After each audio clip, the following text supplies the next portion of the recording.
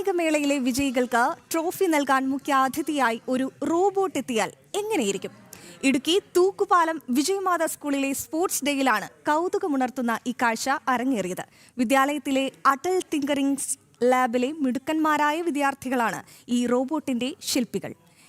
തൂക്കുപാലം വിജയമാത സ്കൂളിലെ കായിക ദിനത്തിന് ട്രോഫികൾ നൽകാനെത്തിയ ആളെ കണ്ട് കുട്ടികളും ചടങ്ങിനെത്തിയ വിശിഷ്ടാതിഥികളും ആദ്യമൊന്ന് അമ്പരന്നു. എന്നാൽ ആ അമ്പരപ്പ് പിന്നീട് വലിയ കൗതുകത്തിനും കയ്യടികൾക്കും വഴിമാറുന്ന കാഴ്ചയാണ് സ്കൂൾ മൈതാനം കണ്ടത്.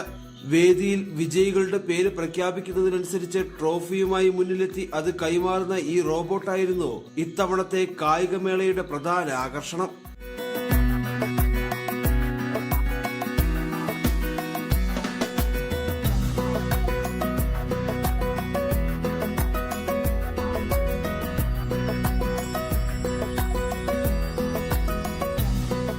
സ്കൂളിലെ അടൽ തിങ്കറിംഗ് ലാബിന്റെ നേതൃത്വത്തിൽ വിദ്യാർത്ഥികൾ തന്നെയാണ് ഈ റോബോട്ട് രൂപകൽപ്പന ചെയ്ത് നിർമ്മിച്ചത്.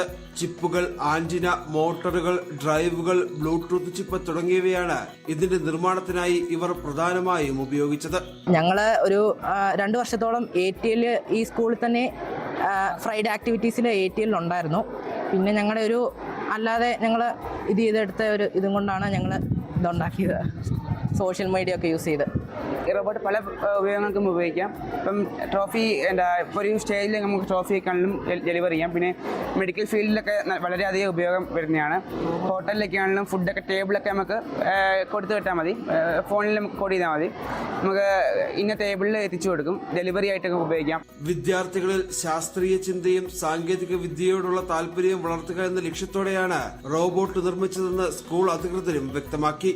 റോബോട്ടിന്റെ പൂർണ്ണ ഓട്ടോമാറ്റിക് വേർഷൻ നിർമ്മിക്കാനുള്ള പണിപ്പുരയിലാണ് നിലവിൽ ഈ കൊച്ചുമിടുക്കർ.